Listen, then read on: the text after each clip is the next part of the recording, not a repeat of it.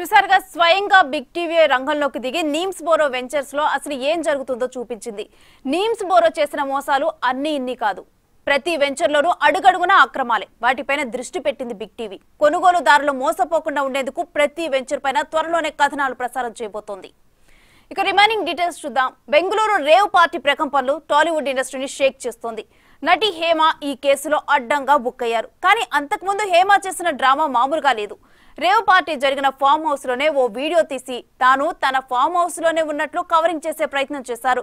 కానీ అది బెడిసి కొట్టింది. ఆ video background Bengaluru farm house అని తేలింది. అయితే ఈ కేసులో హేమతో పాటు చాలా మంది టాలీవుడ్ ఇండస్ట్రీకి చెందిన వారు ఉన్నారు.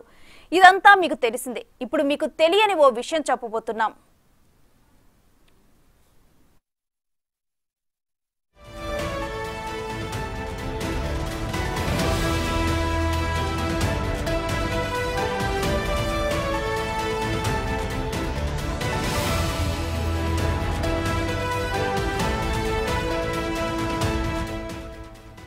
ఇప్పుడు మీకు ఓ వీడియో చూపిస్తున్నాం.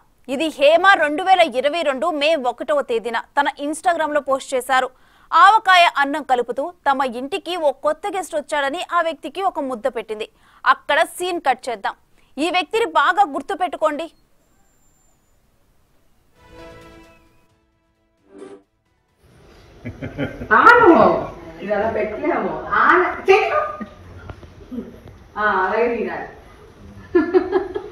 మనకు ఒక కొత్త గెస్ట్ వచ్చాడు, తను కూడా పెడదాం.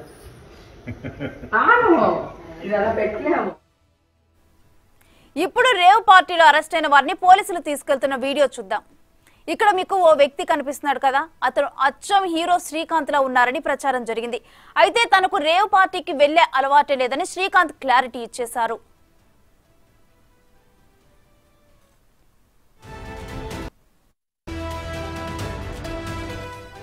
మరి శ్రీకాంత్ ని పోలి ఉన్న వ్యక్తి ఎవరు అంటే, మనం హేమ ఆవకాయ వీడియో చూసాం కదా, అందులో ఆవకాయ తిన్నది, ఇక్కడ ముఖం దాచుకున్నది ఒక్కరేనా? కొంచెం నిశితంగా పరిశీలించి చూస్తే మీరు కూడా అవును వారిద్దరూ ఒక్కటే అంటారు.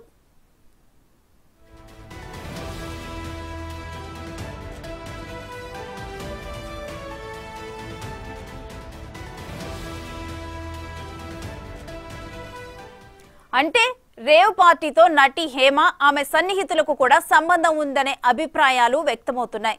2 ఏళ్ల క్రితం సదరు వ్యక్తి హేమ ఇంటికి తొలిసారిగా వెళ్లి ఉంటాడు. అందుకే హేమ కొత్త గెస్ట్ వచ్చాడని చెప్పి మరీ ఆవకాయ తినిపించింది. ఇలా వరుస వివాదాల్లో ఇరుక్కుంటున్న హేమపై గతంలోనూ పలు ఆరోపణలు ఉన్నాయి. బ్యాక్ టు బ్యాక్ కేసుల్లో ఇరుక్కుంటున్న హేమపై నెటిజన్లు తీవ్ర స్థాయిలో విరుచుకుపడుతున్నారు.